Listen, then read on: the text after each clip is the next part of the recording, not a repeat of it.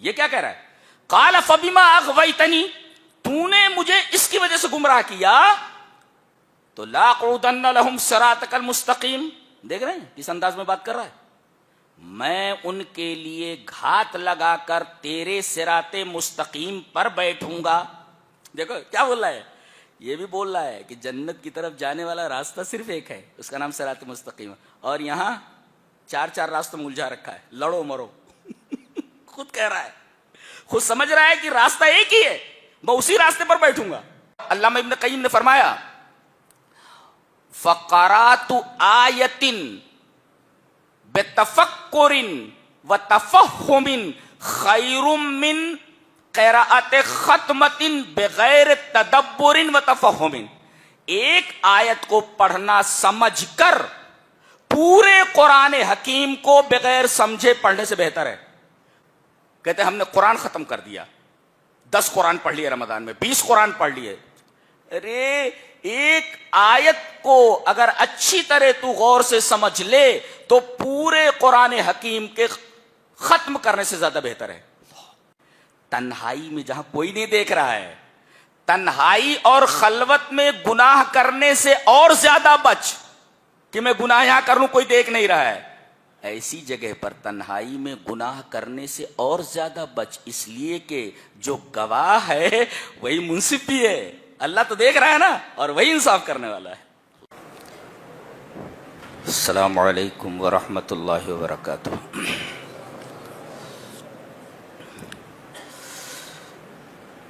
قرآن حکیم کے 8ویں پارے کی تفسیر کا خلاصہ پیش کیا جا رہا ہے.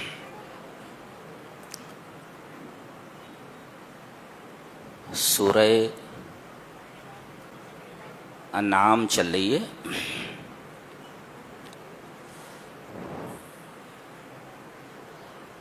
پہلی آیت کے اندر ایک عجیب بات بتائی جا رہی ہے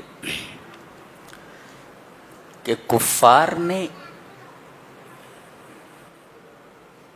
نبی کریم صلی اللہ علیہ وسلم سے یہ مطالبہ کیا کہ آپ فلاں نشانی دکھا دیں، فلاں نشانی دکھا دیں، فلاں معجزہ دکھا دیں تو ہم آپ پر ایمان لے آئیں گے. اللہ تبارک و تعالی نے اس کی تکذیب کی، کہا کہ یہ ایمان نہیں لائیں گے. کیوں؟ اس لیے کہ ان کا یہ جو کفر ہے، انکار ہے، یہ ناشی من عناد و اتباع الہوا ہے. یہ جو انکار کر رہے ہیں، اس انکار کی وجہ، اس انکار کا ریزن اور سبب ہٹ دھرمی اور خواہش نفس کی پیروی. اب جب آدمی ہٹ دھرم ہو جائے اور آدمی اپنے خواہشات کی اتباع کرنے لگے تو اس کے سامنے دلائل اور براہین کے انبار لگا دیے جائیں تب بھی وہ حق کو قبول نہیں کرے گا. جی، چاہے وہ کتنے بڑے دلائل، کتنے بڑے معجزے، کتنے بڑے براہین ہوں. جیسے یہ بتائے گا، اور اگر ہم ان کی طرف فرشتے نازل کر دیتے، فرشتوں کو اترتا ہوا دیکھ لیتے، وَكَلَّمَهُمُ الْمَوْتَى، اور مردے ان سے بات کرنے لگتے، مَا كَانُوا لِيُؤْمِنُوا، ایمان نہیں لاتے. اللہ اکبر. کہا کہ یہ جو مطالبہ کر رہے ہیں کہ یہ نشانی دکھا دو، یہ نشانی دکھا دو تو ہم ایمان لے آئیں گے، یہ ایمان نہیں لا سکتے. کیوں؟ اس لیے کہ ان کا یہ انکار ہٹ دھرمی اور خواہش نفس کی اتباع کی وجہ سے ہے. اور جب کسی چیز کے پیچھے یہ دونوں چیزیں آ جائیں، ہٹ دھرمی اور خواہش نفس کی اتباع، تو کوئی بھی دلیل اس کے سامنے رکھ دو، کتنی بڑی دلیل کیوں نہ رکھ دو، فرشتوں کو اترتا ہوا دیکھ لے، مردوں کو بات کرتے ہوئے دیکھ لے یا ان سے بات کرنے لگے، ایمان نہیں لاتے. یہ بتایا گیا وَلَوْ أَنَّنَا نَزَّلْنَا إِلَيْهِمُ الْمَلَائِكَةَ وَكَلَّمَهُمُ الْمَوْتَى وَحَشَرْنَا عَلَيْهِمْ كُلَّ شَيْءٍ قُبُلًا مَا كَانُوا لِيُؤْمِنُوا. ایمان نہیں لاتے. ایک بات تو یہ بتائی گئی.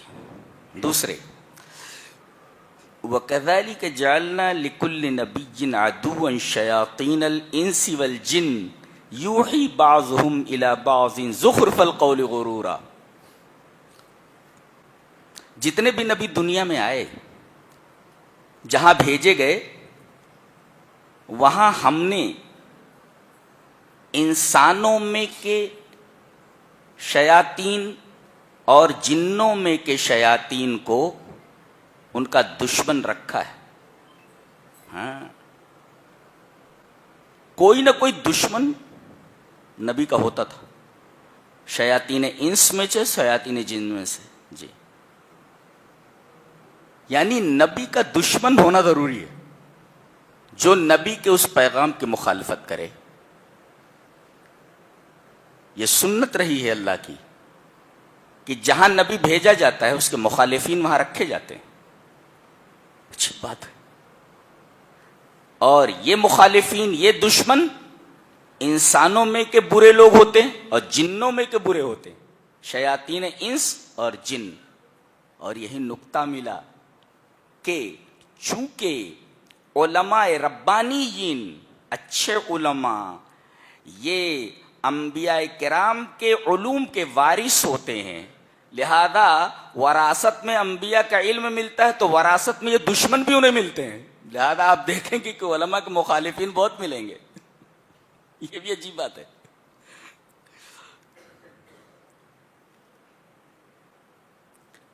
اور ابن جریر نے کہا کہ ان میں سب سے برے جو ہوتے ہیں وہ شیاطین انس ہوتے ہیں. ایک ہوتے شیاطین جن اور ایک ہوتے شیاطین انس. تو انسانوں میں کے جو شیطان ہوتے ہیں وہ جنوں میں سے شیطانوں سے برے ہوتے ہیں، زیادہ برے ہوتے ہیں. اس لیے کہ شیاطین جن دکھائی نہیں دیتے، یہ تو دکھائی دیتا ہے. اس کو دوسرے کو بہکانے میں آسانی ہوتی ہے، اس لیے کہ وہ اسی کی جنس سے ہے، اسی کی قبیل سے ہے. تو یہ زیادہ نقصان دہ ہوتے ہیں. کون؟ شیاطین انس. اسی وجہ سے آپ دیکھیں گے کہ یہاں شیاطین جن سے پہلے شیاطین انس کا تذکرہ کیا گیا ہے. ایسا کہا گیا وَكَذَلِكَ جَعَلْنَا لِكُلِّ نَبِيٍّ عَدُوًّا شَيَاطِينَ الْإِنسِ وَالْجِنِّ. انسانوں میں کے شیاطین کا تذکرہ پہلے کیا گیا اس لیے کہ یہ زیادہ نقصان دہ ہوتے ہیں، اور شیاطین جن کا تذکرہ بعد میں کیا گیا. کرتے کیا ہیں یہ؟ کرتے کیا ہیں؟ کرتے یہ ہیں، دیکھو یوحی بعضهم الی بعض زخرف القول غرورا. دھوکہ دینے کے لیے یہ باتوں کو ملمہ کرتے ہیں. ملمہ کا مطلب یہ سمجھ لیں کہ گوبر کے اوپر سونے کا پانی چڑھاتے ہیں. اندر رہتا گوبر اور اوپر سے دکھتا ہے کہ یہ سونا ہے، تاکہ لوگ اس کی طرف مائل ہو جائیں. اندر گوبر کے سوا کچھ نہیں ہوتا. یہ بتا رہے زخرف القول غرورا. دھوکہ دینے کے لیے چکنی چپڑی باتیں کرتے ہیں. زخرف القول، بات کو مزین کرتے ہیں، خوبصورت بناتے ہیں تاکہ لوگ ان کی باتوں میں آ جائیں. تو گویا کہ یہ چکنی چپڑی باتیں در حقیقت یہ جال ہوتی ہیں پھنسانے کے لیے. جیسے مکڑی جالا بنتی ہے مکھی کو پھنسانے کے لیے، ایسے ان کی چکنی چپڑی باتیں یہ جال ہوتی ہیں لوگوں کو پھنسانے کے لیے، گمراہ کرنے کے لیے. اچھا، یہاں پر دیکھیں ایک لفظ ہے، پہلے ہم اس کو واضح کر دیں. ایک ہوتا ہے اقتراف، یہ دیکھو یہی ہے وَلِيَقْتَرِفُوا مَا هُمْ مُقْتَرِفُونَ.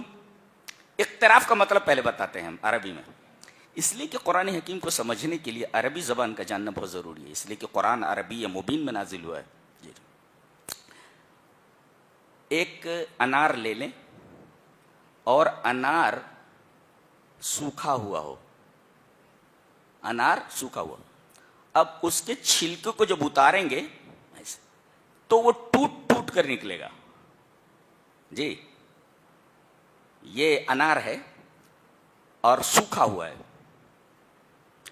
اب اس کا چھلکا اتار کر ہمیں گودے تک پہنچنا ہے. تو گودے تک پہنچنے کے لیے پہلے یہ چھلکا اتارنا ہے. فصل المقروفی اللب ہی، دانوں تک پہنچنے کے لیے اور اس کے مغز کی طرف پہنچنے کے لیے پہلے چھلکا اتاریے.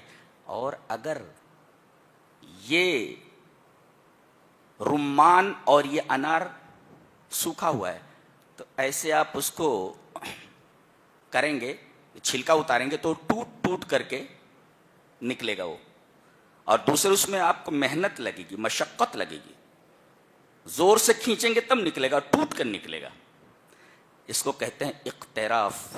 جی اور اگر کوئی تازی موسمبی ہو، جی تازی ہو اور اس کا چھلکا آپ اتاریں تو آسانی سے چھلکا اتر جائے گا. اس کو کہتے ہیں تقشیر. آسانی سے چھلکا اتر جائے اگر پھل کا تو یہ ہے تقشیر. اور اگر مشکل اور مشقت سے چھلکا اترے گودے تک پہنچنے کے لیے تو یہ مشقت سے، تکلیف سے جو چھلکا اتر رہا ہے دیٹ از کالڈ اقتراف. وہی کہا گیا وَلْيَقْتَرِفُ مَا هُمْ مُقْتَرِفُونَ. آدمی کوئی عمل کرتا ہے، کسی چیز کو پانے کے لیے کوشش کرتا ہے تو اس میں محنت لگتی ہے. جی کسی مقصد کو حاصل کرنے کے لیے آدمی کو محنت کرنی پڑتی ہے. ایک MBBS کے طالب علم کو کتنی محنت کرنی ہوتی ہے منزل تک پہنچنے کے لیے. ایک IAS آفیسر بننے کے لیے کتنی محنت کرنی ہوتی ہے. ایک حافظ قرآن بننے کے لیے اسے کتنی محنت کرنی پڑتی ہے. جی تو گول کو حاصل کرنے کے لیے، گول کو اچیو کرنے کے لیے یہ جو محنت لگ رہی، جیسے گودا ہے، گودے تک پہنچنا ہے، یہ منزل ہے، اس سے پہلے چھلکا اتارنا ہے. تو چھلکا اتارتے وقت آپ کو مشقت اگر برداشت کرنی پڑے تو یہ اقتراف، تب آپ گودے تک پہنچیں گے. جی اس کا نام اقتراف ہے. اور اس کے بالمقابل ایک ہے کسب اور اکتساب.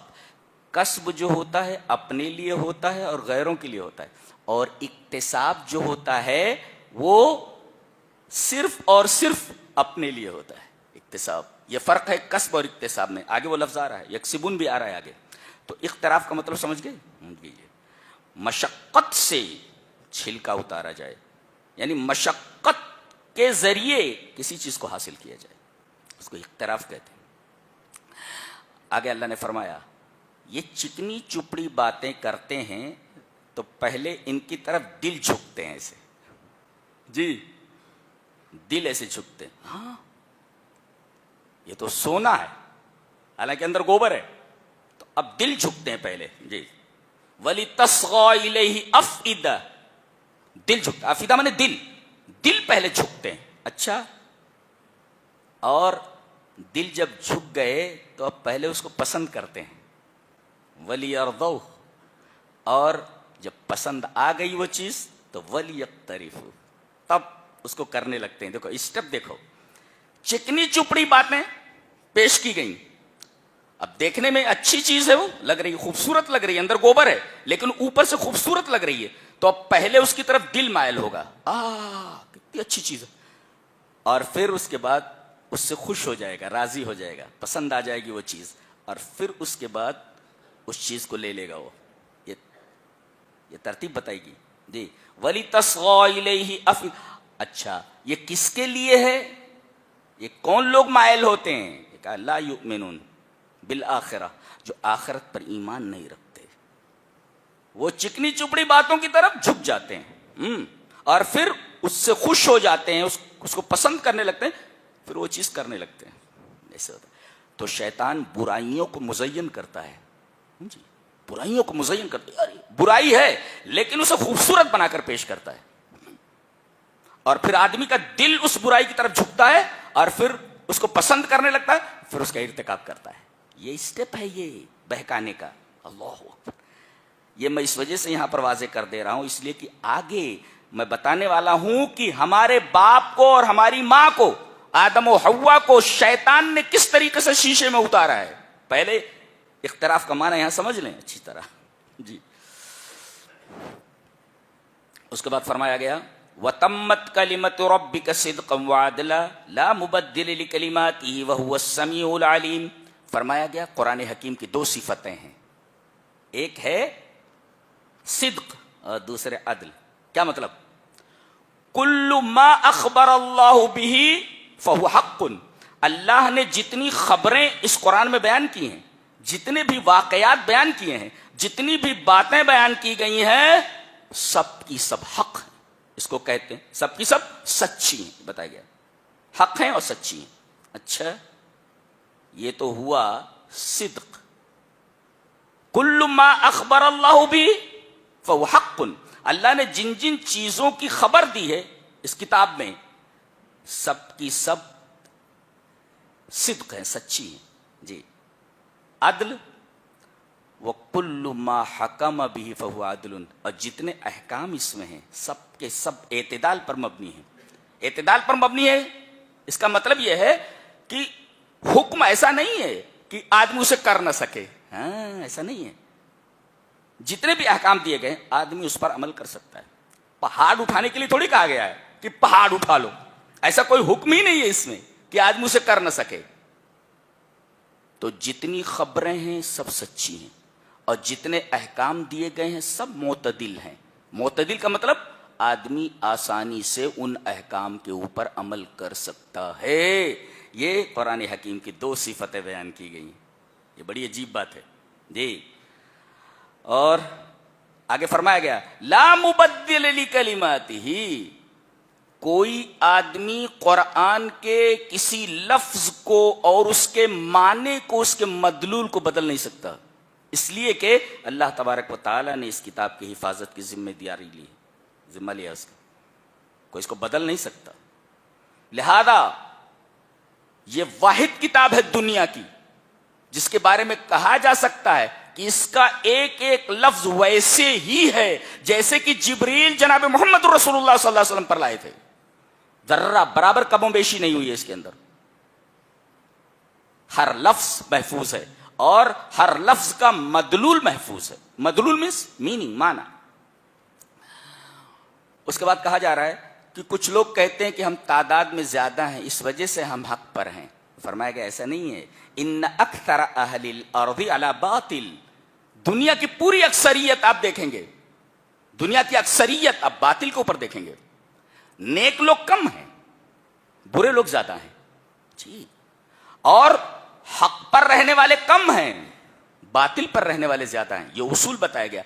لہذا یہ دیکھ کر کے کہ یہ تعداد میں زیادہ ہے اس لیے حق پر ہیں، یہ قلت اور کثرت معیار حق نہیں ہے، بلکہ حق کا معیار دلائل ہے۔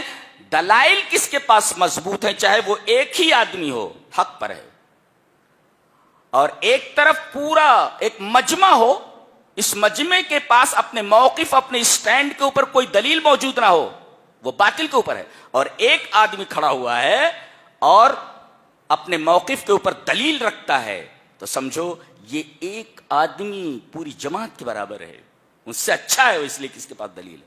وہ بتایا گیا وَإِن تُطِعْ أَكْثَرَ مَنْ فِي الْأَرْضِ يُضِلُّوكَ عَنْ سَبِيلِ اللَّهِ، اگر آپ زمین میں اکثریت کی اتباع کریں گے تو وہ آپ کو اللہ کے راستے سے ہٹا دیں گے۔ دیکھو بہت پیاری بات کہنے جا رہا ہوں، متوجہ ہو جائیے۔ چکنی چپڑی باتیں کہنے کا کیا مطلب ہے؟ مثال دی گئی اس کی، جیسے کافرین یہ کہتے ہیں کہ ہم ماریں تو حلال ہے اور اللہ مارے تو حرام ہے۔ یہ دیکھو کنفیوژن پیدا کر رہے ہیں، فیلیسی ہے، ایک فیلیسی مغالطہ ہے۔ یعنی جیسے جانور ہے، اگر جانور کو ذبح کیا جائے تو حلال، اور اگر ویسے ہی مر جائے طبعی موت تو اسلام میں ہے کہ یہ مردار ہے، یہ حرام ہے۔ اس پر ان کا سوال یہ ہے کہ ہم ماریں تو حلال اور اللہ مارے تو حرام. فیلسی دیکھو کیسی ہے, نہیں سمجھے؟ ارے بھائی کسی جانور کو کھانے سے پہلے ذبح کیا جاتا ہے جی, تو وہ تو ہم مار رہے ہیں نا اس کو, تو کہہ رہے ہیں ہم مارے تو حلال, اور اگر وہ مر جائے طبعی موت سے جسے اللہ مار دے, حرام ہو گیا وہ, اس لیے کہ قرآن میں کہا گیا مردار حرام ہے. یہ دیکھو یہ فیلسی ہے, فیلسی. جواب دیا جا رہا ہے اس فیلسی کا جی کہ ہم قتل کرتے ہیں, ذبح کرتے ہیں, لیکن اللہ قتل نہیں کرتا. ہم کل کرتے ہیں لیکن اللہ تبارک و تعالیٰ کل نہیں کرتا, قتل نہیں کرتا. قتل کسے کہتے ہیں؟ ذبح کر دینا. تو ہم ذبح کرتے ہیں لیکن اللہ ذبح نہیں کرتا, موت دیتا ہے. کوئی بیماری لگ جاتی ہے یا کسی اور وجہ سے جانور مر جاتا ہے, تو اللہ قتل نہیں کرتا بلکہ موت دیتا ہے. قتل کرنے میں اور موت دینے میں زمین اور آسمان کا فرق ہے. یہ فیلسی ہے, یہ مغالطہ ہے یہ کہ ہم قتل کریں تو حلال اور اللہ قتل کرے تو حرام. وہ اللہ جو مار رہا ہے وہ قتل نہیں ہے, وہ اماتت ہے, وہ قتل نہیں ہے جی. اور چلو مان لیتے ہیں کہ اللہ تبارک و تعالیٰ نے جانور کو قتل کیا, مان لیتے ہیں چلو, لیکن اللہ نے قتل کرنے کے بعد اس قتل کیے ہوئے جانور کو ہمارے لیے جائز قرار دیا ہے اس شرط پر کہ اس جانور پر اللہ کا نام لے لیا جائے. فیلسی ختم. اللہ, اولاً تو ہم مانتے ہی نہیں کہ یہ قتل ہے, ذبح ہم کرتے ہیں لیکن اللہ ذبح تھوڑی کرتا ہے, وہ موت دیتا ہے کسی بیماری کی وجہ. قتل اور اماتت میں فرق ہے. اور چلو مان لیتے ہیں کہ اللہ قتل کرتا ہے, لیکن اللہ قتل کرنے کے بعد کہتا ہے کہ ہم اس کو جائز قرار دیتے ہیں اگر اس پر اللہ کا نام لے لیا گیا ہو تو. دیکھو سوال کا کتنا شاندار جواب دیا گیا ہے, کمال ہے, کمال ہے.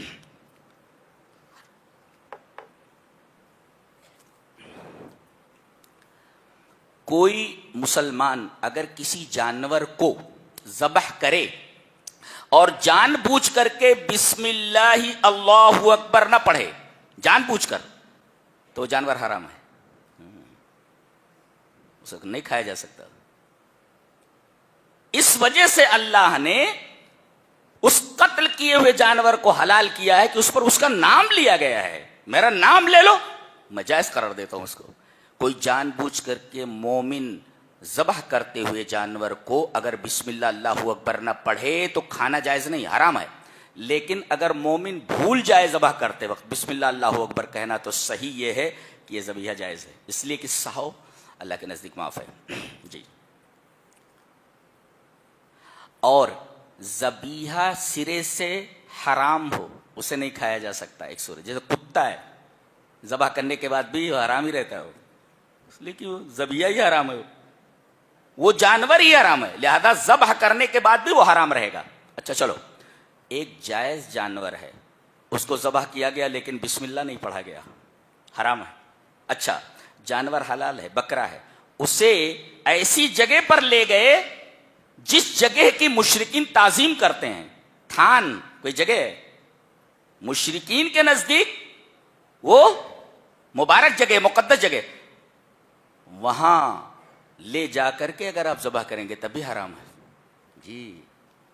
اور اگر آپ نیت کریں غیر اللہ کے نام کی غیر اللہ فلاں بابا کے نام پہ, فلاں پیر کے نام پر میں ذبح کر رہا ہوں, تو نیت کر لی ہے کہ فلاں پیر کے نام پر یہ ذبح کر رہا ہوں میں, اگرچہ زبان سے بسم اللہ اللہ اکبر پڑھتا ہے, ذبیحہ حرام ہے. یہ ساری چیزیں یاد رکھو جی, ساری چیزیں یاد رکھو. لہذا کسی مزار پر, کسی قبر پر لے جا کر کے, کسی ایسی جگہ پر لے جا کر کے کسی جانور کو ذبح کرنا جو لوگوں کی نگاہ میں مبارک مانا جاتا ہے, متبرک مانا جاتا ہے, حرام ہے جی. بسم اللہ اللہ اکبر کہہ کر بھی کاٹیں گے, ذبح کریں گے تو حرام ہے. کیا بات ہے, یہ قانون ہے اسلام کا, اسلام کے قوانین ہیں. فرمایا گیا وَذَرُوا ظَاهِرَ الْإِثْمِ وَبَاطِنَهُ, کھلی ہوئی برائی اور چھپی ہوئی برائی دونوں کو چھوڑ دو. یہ چھپی ہوئی برائی کیا ہے اور ظاہری برائی کیا ہے؟ علل اعلان کوئی گناہ کر رہا ہو جی, اس کو بھی چھوڑ دو, جس کو لوگ دیکھ رہے ہوں, اور تنہائی میں کوئی گناہ کر رہا ہو جس کو کوئی دیکھ نہ رہا ہو تو ایسی برائی کو بھی چھوڑ دینا ضروری ہے. اس کو کہتے ہیں چھپی ہوئی برائی اور ظاہری برائی. اور کسی نے لکھا ہے, کہیں پڑھا ہے میں نے, کہ خلوت میں تنہائی میں گناہ کرنے سے اور بھی زیادہ بچ, اس لیے کہ جو گواہ ہے وہی منصف بھی ہے. اللہ اکبر. نہیں سمجھ آیا؟ تنہائی میں جہاں کوئی نہیں دیکھ رہا ہے, تنہائی اور خلوت میں گناہ کرنے سے اور زیادہ بچ, کہ میں گناہ یہاں کر لوں کوئی دیکھ نہیں رہا ہے, ایسی جگہ پر تنہائی میں گناہ کرنے سے اور زیادہ بچ, اس لیے کہ جو گواہ ہے وہی منصف بھی ہے. اللہ تو دیکھ رہا ہے نا, اور وہی انصاف کرنے والا ہے. اللہ, کوئی اگرچہ نہیں دیکھ رہا ہے لیکن ایک آنکھ برابر دیکھ رہی ہے کہ تم کیا کر رہے ہو. اللہ اکبر. تو گناہ کرتے ہوئے بھی اللہ تبارک و تعالیٰ دیکھتا ہے انسان کا. اور کوئی رات کی تنہائی میں رب تعالیٰ کے سامنے ہاتھ اٹھا کر رو رہا ہو تو اللہ اس کے دل کی دھڑکنوں کو دیکھتا ہے, اس کی آنکھوں کے بہتے ہوئے آنسوؤں کو دیکھتا ہے. جی, ساری چیزوں پر اس کی نگاہ ہے. لہذا اپنا درد بیان کرنا ہو تو رب تعالیٰ کے سامنے اپنا درد بیان کرو. کوئی پرابلم ہے اس کے سامنے رکھو. بات کرنی ہو تو تنہائی میں بات کرو, رب تعالیٰ سے بات کرو, اس سے بات کرو. میرے رب مجھے یہ تکلیف ہے, میرے رب مجھے یہ پرابلم ہے, مجھے یہ تکلیف ہے. خاص طور سے تہجد کے وقت تہجد کو لازم پکڑو, اس کے پابند بنو. جی جی, اللہ اکبر. تو ظاہری برائی اور چھپی ہوئی برائی دونوں کو چھوڑ دو. آگے دیکھو وہی لفظ آ رہا ہے, ان الذین یکسبون الاسم, جو لوگ برائی کو کماتے ہیں. دیکھو وہاں اقتراف تھا, یہاں کسب ہے. مطلب بتا رہا ہوں, یہ دیکھو, یہ کام ہے. کام, کوئی یہ کہے کہ بھئی یہ 1000 اینٹیں ہیں, صبح 10 بجے سے لے کر شام کے 4 بجے تک یہ 1000 اینٹیں یہاں سے اٹھا کر وہاں رکھنی ہیں. یہ ہے کام. بدلے میں آپ کو 1000 روپیہ دیا جائے گا, برابر. تو یہ اینٹیں اٹھا کر دوسری جگہ رکھنا یہ ہے کام, اور جو اس کے بدلے میں آپ کو 1000 روپیہ ملا ہے وہ ہے اس عمل کا نتیجہ. اور جو یہ آپ نے اٹھایا ہے اینٹوں کو, یہ لے جا رہے, یہ لے جا رہے, یہ لے جا رہے, یہ کسب ہے. اب آپ دیکھو کہ آدمی کا ارادہ ہے اینٹوں کو اٹھانے کا, تو ارادہ شامل ہے, جان بوجھ کر کے کر رہا ہے, آمدن بھی ہے, تو ارادہ بھی ہے, آمدن بھی ہے. اور جب کام پورا ہو جائے گا تو یہ پیسہ جو 1000 ہے یہ خود اس کا ہے, کسی اور کا نہیں ہے. ایسے ہی آدمی جب کسی برائی کو کماتا ہے تو وہ برائی صرف اس کے لیے ہے, اور نیکی جو کرتا ہے نیکی اس کے لیے ہے. ہاں, برائی آپ کریں اور سزا کسی اور کو ملے, قطعاً نہیں, ایسا نہیں. اس کو کہتے ہیں کسب. جو کما رہا ہے پیسہ اسی کو مل رہا ہے. لہذا آپ اگر گناہ کما رہے ہیں تو گناہ آپ کے اوپر ہے. ہاں, اسی وجہ سے اس کو کسب کہا گیا ہے, اس لیے کہ گناہ میں ارادہ شامل ہوتا ہے آدمی کا, جان بوجھ کر کے ہوتا ہے, ساری چیزیں ہوتی ہیں اس میں. ہاں, اس کو کسب کہا گیا ہے. اس کے بعد توحید کی عظمت بیان کی جا رہی ہے. توحید کتنی عظیم چیز ہے. اومن کان میتا فاحییناہ, کیا وہ شخص جو مرا ہوا تھا ہم نے اس کو زندہ کر دیا. یہ کون مرا ہوا تھا جس کو زندہ کر دیا؟ اگر آدمی کافر تھا ایمان والا ہو گیا تو یہ مردہ تھا, زندہ ہو گیا. آدمی مشرک تھا, اسے توحید کی دولت مل گئی, مشرک تھا تو مردہ تھا, توحید کی دولت مل گئی تو وہ زندہ ہو گیا. اس کا مطلب یہ ہو گیا کہ شرک کرنے والا مرا ہوا ہے, چلتی پھرتی لاش کے سوا کچھ نہیں ہے, اور زندہ رہنے والا جو ہے وہ صرف اور صرف توحید والا ہے. جی, یہ کہا گیا یہاں پر, اومن کان میتا فاحییناہ. کیا بات ہے.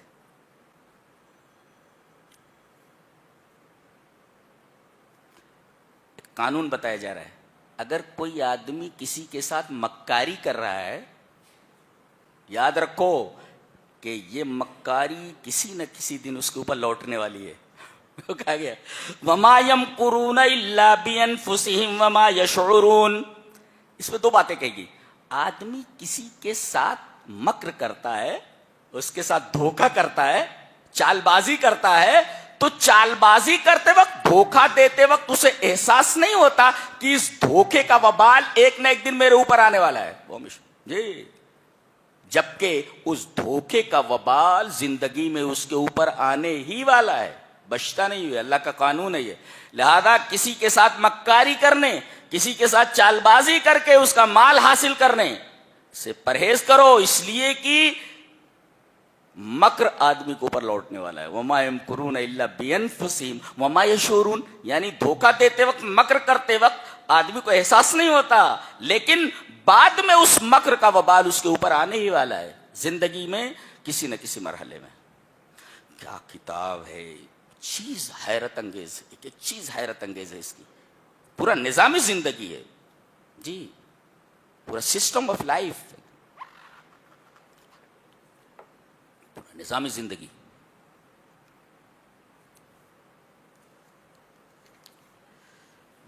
اس کے بعد بتایا گیا ایک مسئلہ ہے. آپ کے پاس کھیت ہے، کھیت کی جو پیداوار ہے اس میں زکوٰۃ کیسے نکالیں؟ آگے بتائیے گا. وَهُوَ الَّذِي أَنشَأَ جَنَّاتٍ مَّعْرُوشَاتٍ وَغَيْرَ مَعْرُوشَاتٍ. اللہ، آپ کے پاس کھیتی ہے، آپ کھیتی کرتے ہیں.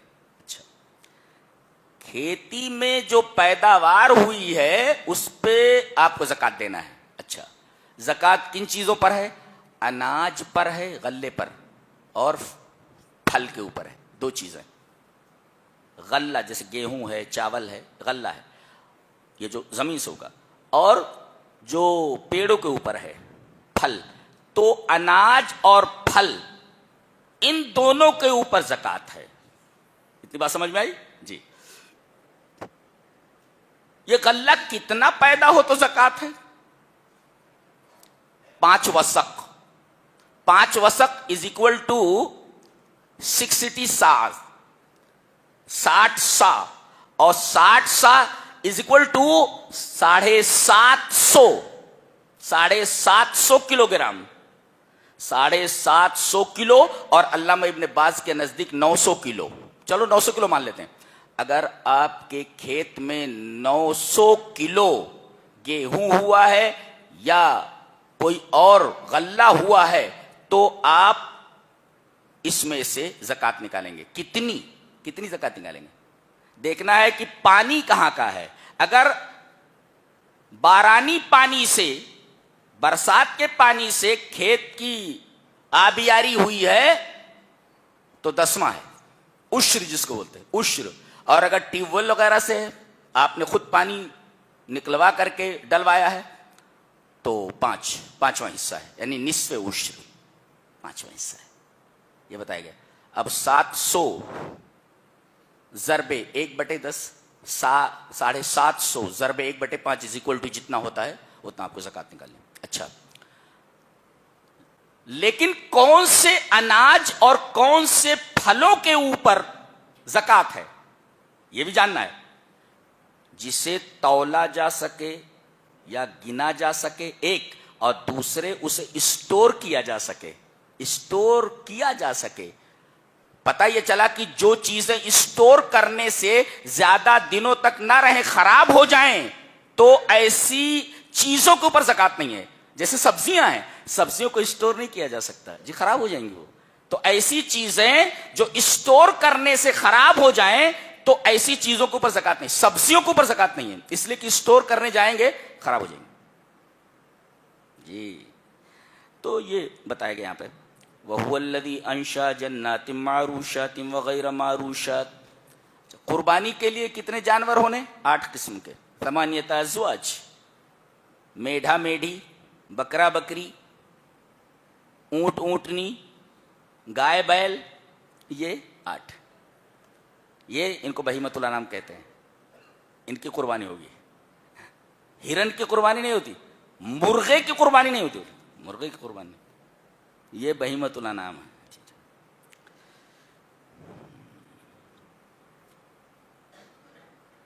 ایک نقطہ بتانے جا رہا ہوں، لے کر جاؤ آج، شاید کبھی سنا ہو، سنا نہیں ہوں گے. قرآن حکیم میں جن جن جانوروں کے گوشت کو حرام قرار دیا گیا ہے، کسی جانور کے گوشت کو حرام کرتے وقت اللہ تبارک و تعالی نے اس کا نام نہیں لیا ہے، ہاں، سوائے ایک جانور کے کہ اس کا گوشت حرام ہے، اس جانور کا نام یہ ہے. پورے قرآن میں ہاں صرف ایک جانور ایسا ہے کہ اس کا نام لے کر اللہ نے کہا ہے کہ اس کا گوشت حرام ہے. کون ہے وہ؟ خنزیر. جی کہا گیا او لحم خنزیر. دیکھو یہ واحد جانور ہے کہ اس کا نام لے کر کے بتایا گیا کہ اس کا گوشت حرام ہے. بقیہ قرآن حکیم میں کہیں بھی کسی جانور کا نام لے کر کے یہ نہیں کہا گیا کہ اس کا گوشت حرام ہے. اس پوائنٹ کو ذہن میں رکھیں. اور یہ آیت اس وقت اتر رہی ہے، وہاں اتر رہی ہے جہاں یہ جانور پایا ہی نہیں جاتا. جی زمانے جاہلیت میں عرب کے ایریے میں یہ جانور پایا ہی نہیں جاتا تھا، پایا بھی جاتا تو 0%. سور پایا نہیں جاتا تھا وہاں پر، خنزیر. اس کے بارے میں نام لے کر کے بتایا جا رہا ہے کہ اس کا گوشت حرام ہے، جبکہ یہ عربوں میں 0% پایا جاتا تھا، وہاں پیدا ہی نہیں ہوتے یہ. جی کیا پتا چلا؟ اس کو کہتے تدبر. پتا یہ چلا کہ اللہ تبارک و تعالی نے اس جانور کا نام لے کر کے اس کے گوشت کے حرام ہونے کو جو ہائی لائٹ کیا ہے نام لے کر کے، آج پوری دنیا میں سب سے زیادہ گوشت خنزیر کا کھایا جاتا ہے. انہا عالمیت القرآن، یہ قرآن حکیم کی عالمگیریت ہے.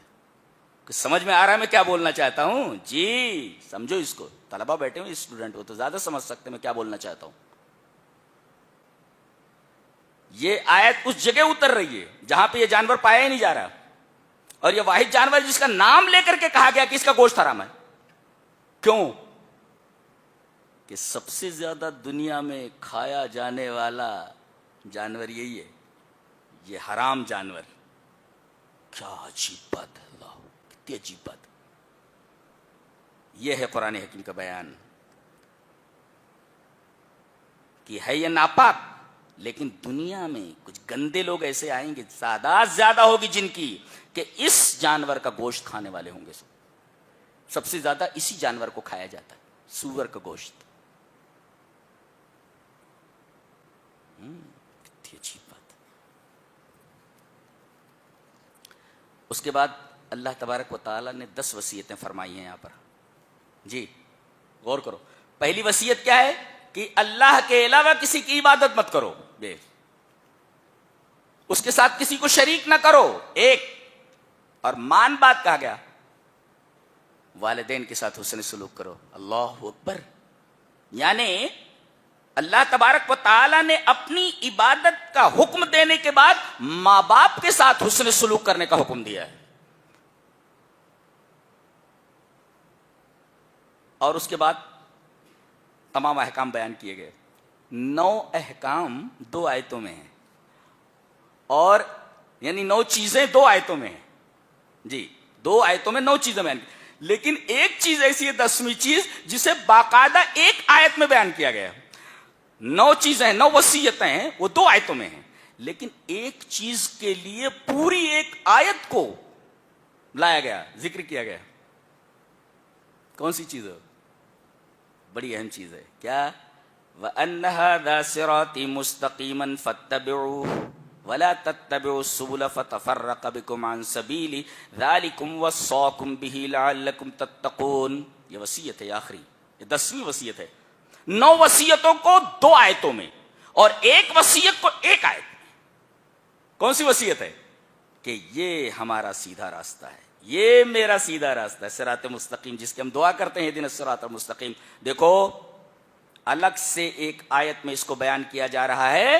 یہ اس راستے کو ہمیشہ اپنے ذہن میں رکھو، اس راستے سے کبھی ہٹنا نہیں. پتہ یہ چلا کہ صراط مستقیم پر چلنا اور صراط مستقیم کی معرفت ہمارے لیے کس قدر ضروری ہے. اللہ.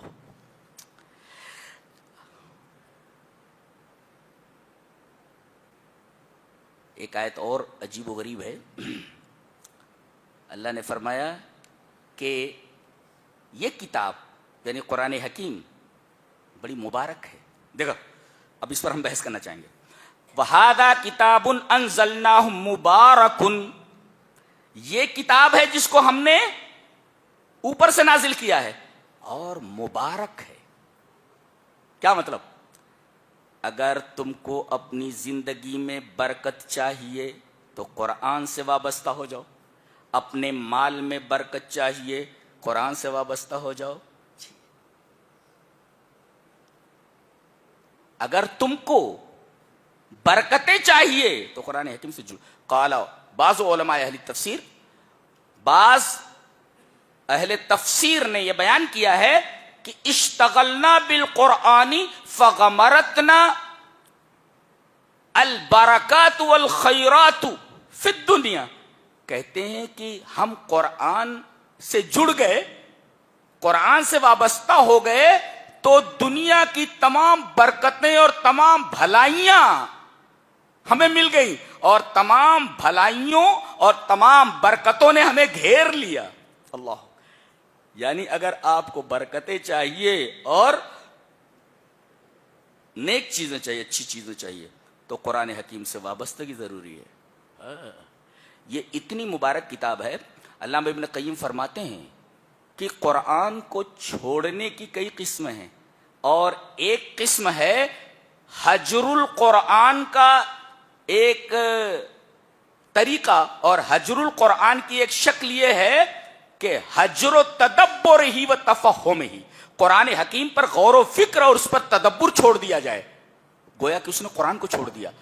اور 19ویں پارے میں اللہ نے فرمایا کہ جس نے قرآن کو چھوڑ دیا کل قیامت کے دن اللہ کے رسول اللہ کی عدالت میں اس کے خلاف مقدمہ دائر کریں گے.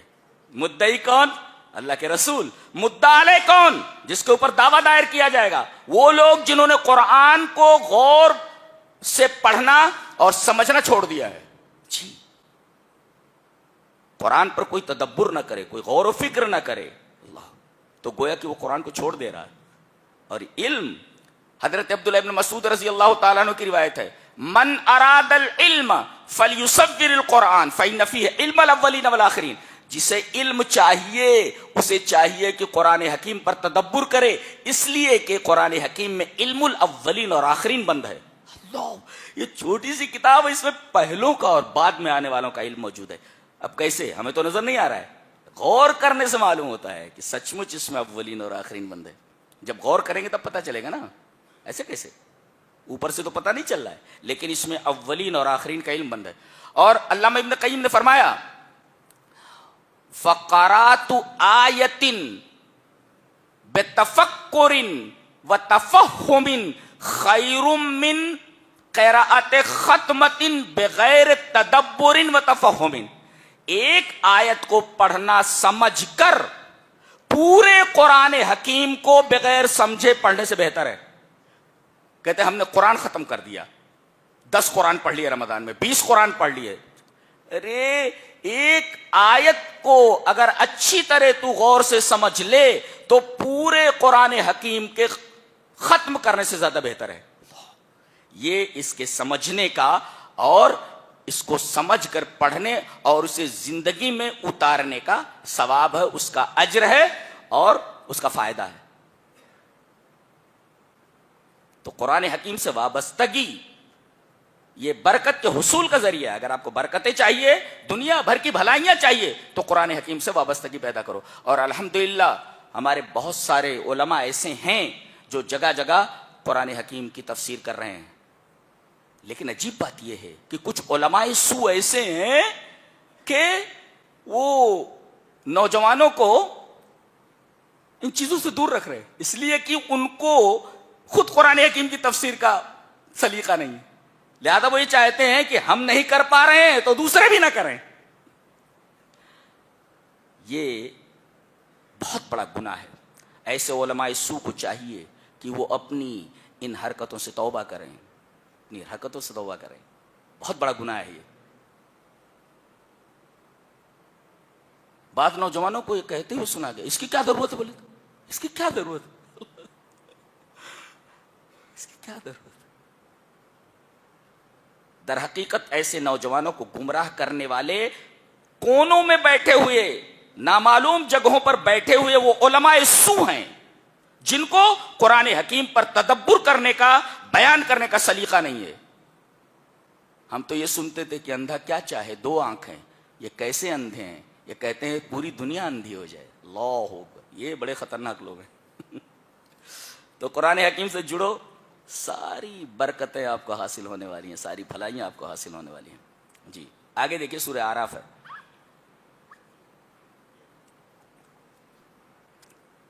سورہ اعراف بہت عجیب نقطہ بیان کرنے جا رہا ہوں.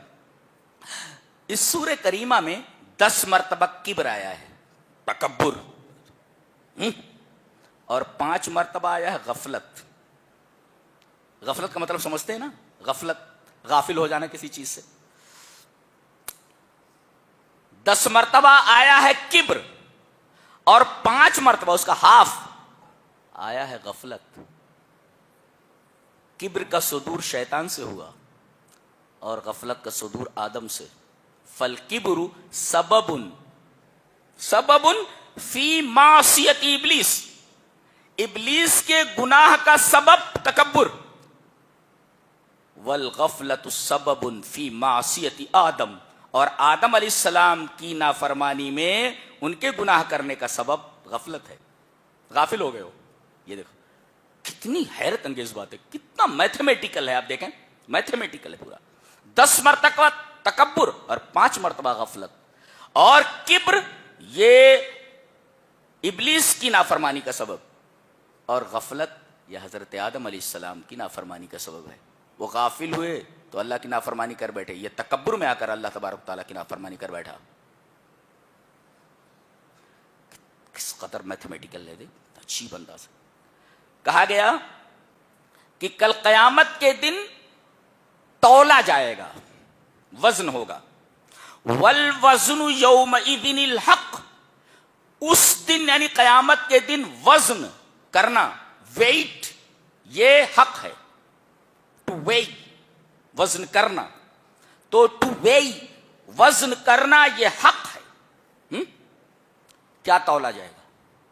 اب سوال ہوا نا، تولا جانا حق ہے. کیا تولا جائے گا؟ صحائف اعمال، اعمال کے صحیفے. حدیث میں موجود، حدیث ترمذی میں، کہ تمام اعمال کے صحیفوں کو ایک پلڑے میں رکھ دیا جائے گا. جی، اور لا الہ الا اللہ کا جو کارڈ رہے گا وہ ایک پلڑے میں رکھ دیا جائے گا. اب دیکھیں آپ، اعمال کے جتنے صحیفے ہیں جن میں اعمال لکھے ہوئے ہیں کتنے ہوں گے، وہ سب اٹھا کر ایک پلڑے میں رکھ دیا جائے. پتہ یہ چلا کہ اعمال جن دفتروں میں لکھے ہوئے ہیں، صحیفوں میں لکھے ہوئے ہیں، ان کو تولا جائے گا. اللہ اکبر. ایک تو یہ، اور ایک حدیث سے معلوم ہوتا ہے کہ عمل تولا جائے گا.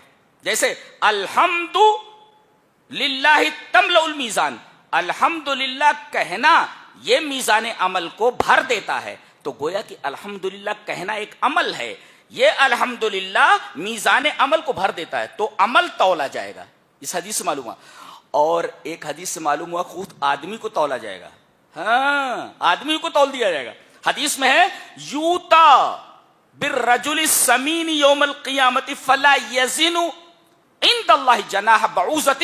ایک موٹے تگڑے آدمی، سمین مانے موٹا، ایک موٹے تگڑے آدمی کو لایا جائے گا قیامت کے دن، اور اس کا وزن کیا جائے گا. تو اللہ کے نزدیک کچھ موٹے تازے آدمی کا وزن ایک مچھر کے برابر بھی نہیں ہوگا.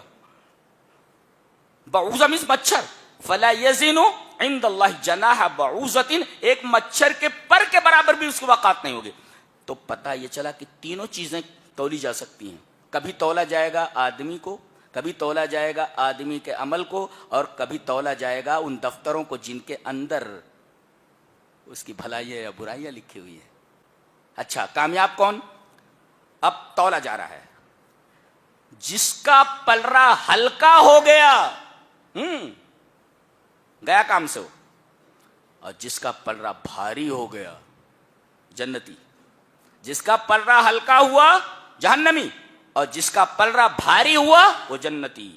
بتایا گیا والوزن یومئذ الحق, تولا جانا حق ہے. فمن ثقلت موازینہ فاولئک هم المفلحون, جس کے ترازو بھاری ہو گئے وہ کامیاب.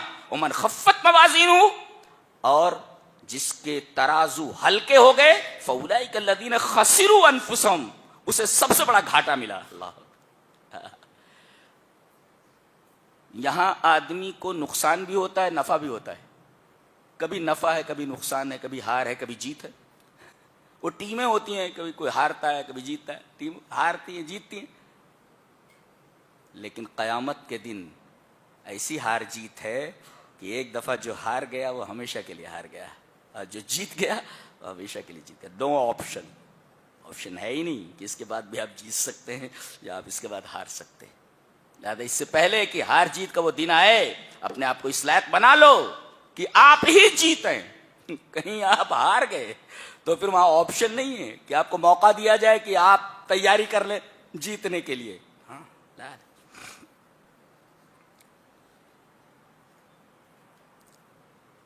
غور سے دیکھیں, آدم علیہ السلام جنت میں ہیں.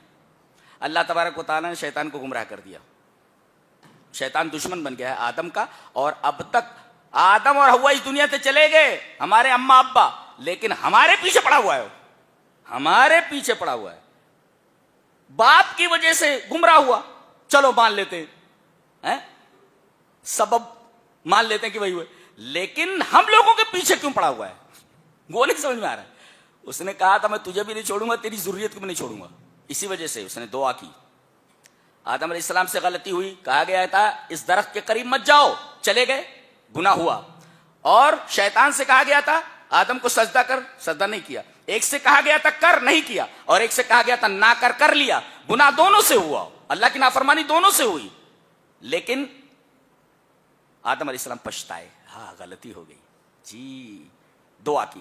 ربنا ظلمنا, آگے دعا ہے, قال ربنا ظلمنا انفسنا وان لم تغفر لنا وترحمنا لنكونن من الخاسرین. اے ہمارے رب, ہم نے اپنے آپ پر ظلم کیا. اللہ اکبر. وان لم تغفر لنا وترحمنا لنكون, اے ہمارے رب اگر تو ہمیں بخشے گا نہیں, ہمارے اوپر رحم نہیں کرے گا تو ہم گھاٹا اٹھانے والوں میں سے ہو جائیں گے. اور ربنا کہہ کر کے دعا کی, بخش دیے گئے. اچھا, شیطان نے دیکھا کہ آدم نے ربنا کہہ کر کے اپنے گناہ معاف کروا لیے, لاؤ میں بھی ربے کہہ کر کے کچھ مانگ لوں. آدم اور حوا نے ربے کہہ کر کے, ہمارے رب کہہ کر کے اپنی مغفرت مانگ لی, تو میں بھی ربے کہہ کر کے کچھ مانگ لوں. وہ بھی بولا, وہ کہنے لگا رب انظرنی الی یوم یبعثون. میرے رب, میرے رب. ایک چیز, ایک دعا میری بھی ہے, مجھے بھی چاہیے. کہا کیا, قیامت تک مجھے زندہ رکھ, قیامت تک مجھے مہلت. یہ دیکھو قیامت, اور دونوں نے بغیر وسیلے کے دعا مانگی ہے. دیکھو ربنا کہہ کر کے انہوں نے ڈائریکٹ اللہ سے مانگا, اور وہ بھی ڈائریکٹ ربے کہہ کر کے مانگ رہا ہے, بیچ میں وہ بھی وسیلہ نہیں لے رہا, اور پوری دنیا کو الجھا رکھا ہے کہ جب تک وسیلہ نہیں لوگے دعا قبول نہیں ہوگی. کیسا بدمعاش ہے دیکھو. اللہ اکبر. یعنی بغیر وسیلے کی خود دعا مانگ رہا ہے, اور پوری دنیا کو الجھا رکھا ہے کہ جب تک کسی پیر فقیر کا وسیلہ نہیں لوگے دعا قبول نہیں ہوگی. یہ دیکھو پوری دنیا کو الجھا رکھا ہے اس نے. یعنی عجیب بات یہ ہے کہ ہماری ڈائریکٹ سنتا نہیں. کون؟ اللہ. یہ ڈائریکٹ سنتے ہیں. کتنی عجیب بات, یہ ڈائریکٹ سنتے ہیں, اللہ نہیں سنتا ڈائریکٹ ہماری. یہ اللہ تبارک و تعالیٰ کی رحمت کی توہین ہے, یہ اللہ تبارک و تعالیٰ کی صفت سماعت کی توہین, صفت سمیع کی توہین ہے, کوئی سنتا ہی نہیں وہ. اللہ. ارے جو ذات حضرت یونس علیہ السلام کی دعا لا الہ الا انت سبحانک انی کنت من الظالمین کو مچھلی کے پیٹ کے اندر سے سن رہی ہو عرش اعظم کے اوپر, ہماری دعا نہیں سن سکتی. کیسا گھما رکھا ہے دیکھو, اللہ کے دشمن نے کس طرح گھما رکھا ہے دنیا کو. دیکھو, اور کہنے لگا دیکھو, ایک ہے غلطی کا ہونا اور ایک ہے سرکشی کا ہونا. ہاں سرکشی اس کی دیکھو. حضرت آدم سے غلطی ہے, نادم ہوئے, میرے رب غلطی ہوگی. یہ کیا کہہ رہا ہے؟ قال فبما اغویتنی, تو نے مجھے اس کی وجہ سے گمراہ کیا تو لاقعدن لهم صراطک المستقیم. دیکھ رہے ہیں کس انداز میں بات کر رہا ہے؟ میں ان کے لیے گھات لگا کر تیرے صراط مستقیم پر بیٹھوں گا. دیکھو کیا بول رہا ہے, یہ بھی بول رہا ہے کہ جنت کی طرف جانے والا راستہ صرف ایک ہے, اس کا نام صراط مستقیم ہے, اور یہاں چار راستوں میں الجھا رکھا ہے, لڑو مرو. خود کہہ رہا ہے, خود سمجھ رہا ہے کہ راستہ ایک ہی ہے, میں اسی راستے پر بیٹھوں گا. کس لیے بیٹھوں گا؟ ثم لآتینہم من بین ایدیہم ومن خلفہم وعن ایمانہم وعن شمائلہم ولا تجد اکثرہم شاکرین. بیٹا وہ آگے سے حملہ کروں گا, پیچھے سے حملہ کروں گا, دائیں سے بائیں سے. کس لیے؟ اس راستے سے ہٹانے کے لیے. اچھا اوپر نہیں کہا اس نے, اس کا جواب مفسرین نے دیا لأنہا تنزل الرحمت من فوق, اس لیے کہ آسمان سے رحمت اترتی ہے. سوال ہی پیدا نہیں ہوتا کہ اس طرف سے آئے بہکانے کے لیے. کیا بات ہے, مفسرین نے لکھا ہے. اچھا اللہ تبارک و تعالیٰ نے اس کو دھتکار دیا, وہاں سے دھتکار دیا, اور آدم اور ان کی بیوی سے کہا کہ تم لوگ جنت میں جہاں چاہو رہو, کھاؤ پیو, لیکن اس درخت کے قریب مت جانا. اب یہ آیا ہے, دیکھو کیسے یہ شیشے میں اتارتا, زخرف القول, وہ جو پہلے کہا گیا تھا. اب یہ یہاں اس کا ایک محسوس نظارہ دیکھیے. او ہو خوب کھا رہے بولے جنت میں. ہاں بولے ہاں ہے. وہ کیا ہے؟ بولے ارے بولے اس طرف نگاہ مت لے جاؤ میں ہماری, اللہ نے منع کیا ہے درخت کا پھل کھانے سے. دیکھو چاروں طرف حلال پھیلا ہوا ہے, لیکن ان کے ذہن کو ڈائیورٹ کر رہا ہے صرف ایک حرام کردہ چیز کی طرف.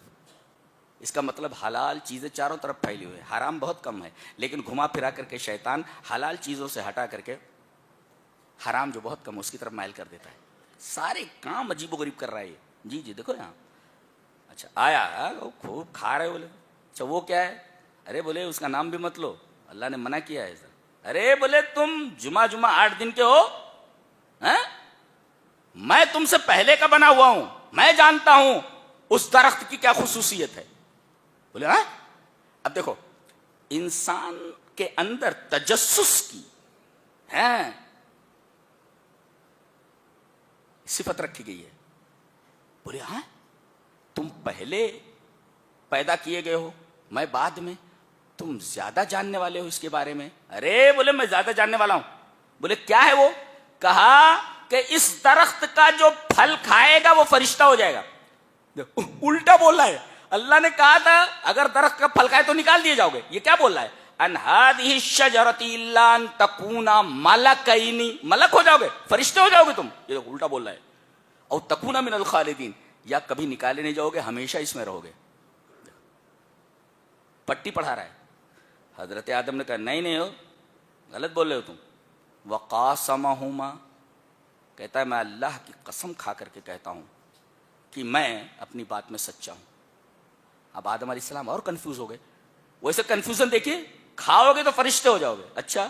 دوسرا کنفیوژن, کھاؤ گے تو یہاں سے نکالے نہیں جاؤ گے, ہمیشہ رہو گے. تیسرا کنفیوژن کہ میں اللہ کی قسم کھا کر کے کہتا ہوں کہ اپنی بات میں سچا ہوں. وہ قاسمہما, قسم کھا. اب دیکھا کہ دھیرے دھیرے اتر رہا ہے یہ, شیشے میں آ رہا ہے. آخری چوٹ لگا اس نے.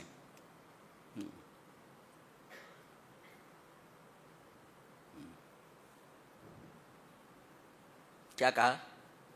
انی لکما لمن الناصحین, مانو یا مانو میں آپ کی خیر خواہی کر رہا ہوں, آپ کا سب سے بڑا خیر خواہ ہوں. اللہ کہتا ہے سب سے بڑا خیر خواہ ہوں. یہ کہتے نا کیا ہے, strike the iron while it is hot. جب لوہا گرم ہو تو اس پر ضرب لگا دو. اس نے دیکھا کہ دھیرے دھیرے یہ اتر رہے ہیں, اور آخر میں کہہ دیا سب سے بڑا خیر خواہ ہوں میں آپ کا. اللہ نے فرمایا فدلہما بغرور, دھوکے سے اس کو شیشے میں اتار لیا. دیکھو یہاں لفظ آیا دلہ. دلہ کا مطلب ہوتا ہے دلت دل وفی البئر, اس نے ڈول کو کنویں میں ڈالا. اور دیکھو اذا ارسلہ المستقی رویدن رویدن الى اسفل لاستقاء الماء. یہ مطلب ہے اللہ کا. کیا مطلب؟ کہ جب آدمی کو کنویں کی گہرائی سے پانی نکالنا ہوتا ہے تو رسی میں ڈول کو باندھتا ہے اور دھیرے دھیرے دھیرے دھیرے ارسلہ فی البیر رویدن رویدن، یعنی گریجولی وتھ گریجویشن، دھیرے دھیرے اس کو اسے ڈالتا ہے نیچے. تو ایسے اللہ نے بچایا جیسے ڈول آدمی ڈالتا ہے پانی حاصل کرنے کے لیے، دھیرے دھیرے دھیرے دھیرے دھیرے ڈول ایسے ڈھیلا دیتا نا، ڈھیلا کرتا رہتا ہے اس کو، رسی کو، اور یہاں تک کہ دھیرے دھیرے دھیرے دھیرے وہ ڈول پانی کی گہرائی میں پہنچ جاتی ہے. اللہ نے وہی لفظ استعمال فرمایا ہے. آدم کو دھیرے دھیرے شیشے میں اتارا ہے اس نے، دھیرے دھیرے. کیا کتاب ہے! اللہ سبحان اللہ و بحمدہ سبحان اللہ العظیم. جیسے اس نے بہکایا اس کے لیے لفظ ویسے استعمال کیا گیا.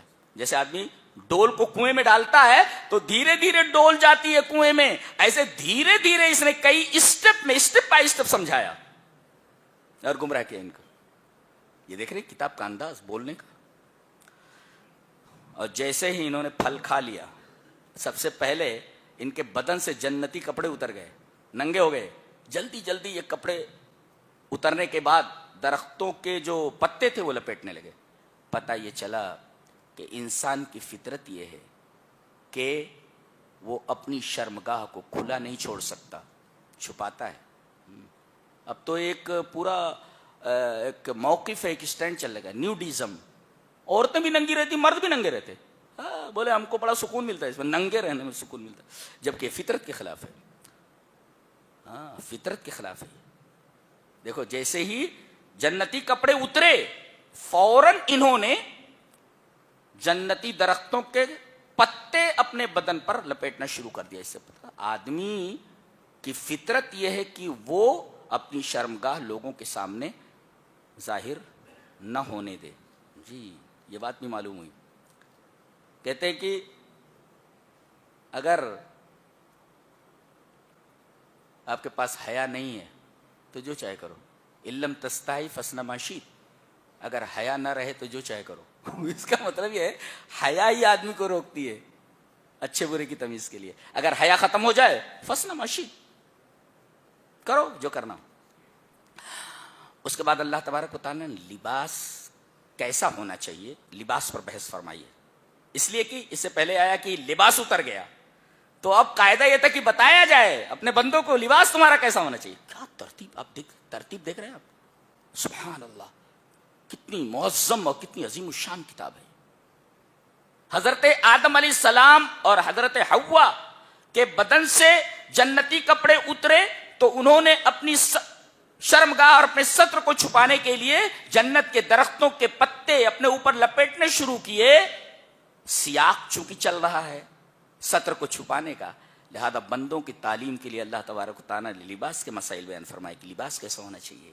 اللہ یا بنی آدم، یہاں سے مسلمان نہیں ہیں، آدم کی تمام اولاد موجود، مسلمان، عیسائی، یہودی، ہندو، پارسی، سب مخاطب ہیں.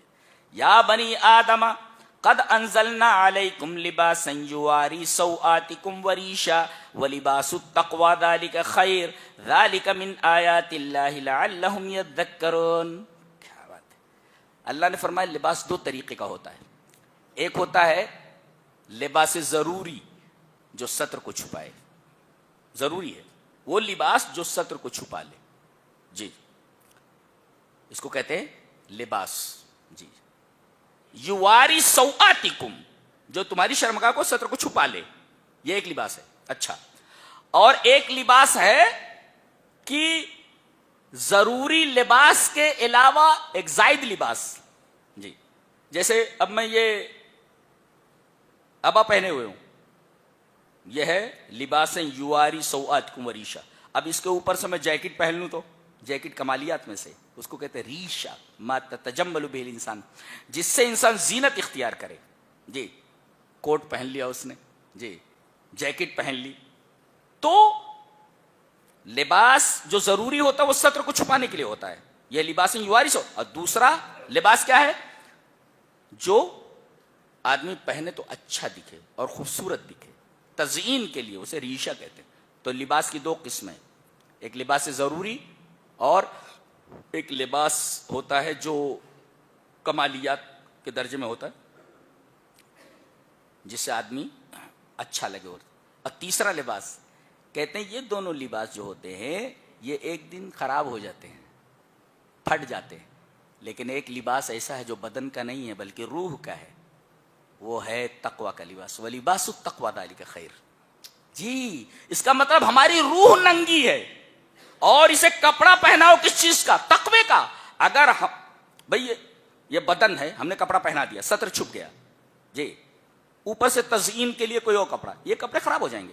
ایسے ہی ہماری روح ننگی ہے، اس ننگی روح کو کپڑا پہنانا ضروری ہے، اور ننگی روح کا کپڑا تقوی ہے۔ جی، اس لیے کہ اسی کے اوپر معیار ثواب ہے، قیامت کے دن تقوی ہی کے اوپر فیصلہ ہوگا۔ جی، اور یہ کپڑے جو ہم نے پہن رکھے ہیں دنیاوی، یہ تو سب پھٹ جانے والے ہیں، دنیا ہی میں رہ جانے والے ہیں۔ ایون جو کفن دیا جاتا ہے وہ بھی دنیا ہی میں رہ جاتا ہے، وہ بھی سڑ گل جاتا ہے، سڑ گل جاتا ہے۔ کپڑے کی شرائط کیا ہے؟ کوئی بھی کٹ ممنوع نہیں ہے۔ شرط یہ ہے کہ آدمی جب کپڑا پہنے تو اس کے بدن کے جو اعضاء ہیں وہ ظاہر نہ ہو، جیسے اس کا پچھلا حصہ ہے، اگلا حصہ ہے، جو شرم کی چیزیں ہیں، اتنا تنگ نہ ہو کہ بدن کے اعضاء ابھرے ہوئے دکھائی دیں۔ جی، اس وجہ سے علامہ البانی وغیرہ کا غالباً فتویٰ ہے، یہ نہیں پڑھا تھا میں نے، کہ اگر ان کر کے کوئی نماز پڑھ رہا ہے، نماز درست نہیں ہے، اس لیے کہ پینٹ اس طریقے کی رہے گی کہ آدمی سجدے میں جائے گا تو اس کے جو شرم کے اعضاء ہیں وہ ابھرے ہوئے نظر آئیں گے۔ اس وجہ سے تو لباس اتنا چست نہ ہو کہ جس سے اعضائے بدن ظاہر ہوں، ایک شرط یہ ہے، اور دوسری شرط یہ ہے کہ ایسا کپڑا نہ ہو جو کسی دوسرے مذہب والوں کا مذہبی شعار ہو۔ جی جی، مذہبی شعار ہو۔ اب کہتے ہیں کہ وہ پینٹ اور شرٹ جو ہے یہ مغرب کے لوگوں نے اختیار کیا ہوا، لیکن ان کا مذہبی شعار نہیں ہو، ان کا مذہبی معاملہ نہیں ہے کہ لباس مذہبی ہے، لہذا آدمی پینٹ شرٹ پہن سکتا ہے۔ ایک مذہبی شعار نہ ہو، اور تیسرے کپڑا معصفر نہ ہو، زرد رنگ کا نہ ہو، زرد رنگ نہ ہو، پیلا نہ ہو۔ ایک صاحب ملے، وہ پیلے رنگ کا کپڑا پہنے ہوئے تھے، تو ہمارے ایک ساتھی نے پوچھا یہ کپڑا تو معصفر ہے۔ بولے ہم نے ہمارے پیر کی وجہ سے یہ کپڑا پہنا۔ کون؟ پیر وارث شاہ، وہ سنا ہے وہ پیلا کپڑا پہنتے تھے وہ، تو انہوں نے کہا ہمارے پیر ایسا پہنتے تھے۔ ارے بھائی نبی کریم صلی اللہ علیہ وسلم نے منع فرمایا اس سے۔ بہرحال وہ بات جو ہے انہوں نے اس سے کی۔ جی، تو کپڑا ایسا نہ ہو، لباس ایسا نہ ہو جس سے اعضائے بدن ظاہر ہوں، جی ایک، اور دوسرے کپڑا ایسا نہ ہو جو کسی مذہبی، کسی سیکٹ کے مذہبی شعار میں آتا ہو کہ یہ مذہبی لباس ہے ان کا، دو، اور تیسرے ٹخنے سے نیچے پاجامہ نہ ہو، لباس ٹخنے کے نیچے نہ ہو، تین، اور چوتھے معصفر نہ ہو، معصفر یعنی زرد رنگ کا، یہ چاچی۔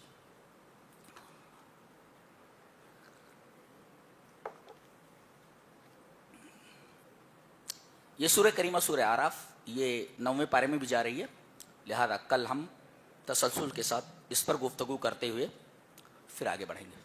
یہ رہا 8ویں پارے کا خلاصہ۔ اللہ ہمیں نیک مر اور اچھی سمجھ کی توفیق عطا فرمائے۔ وآخر دعوانا ان الحمد للہ رب العالمین۔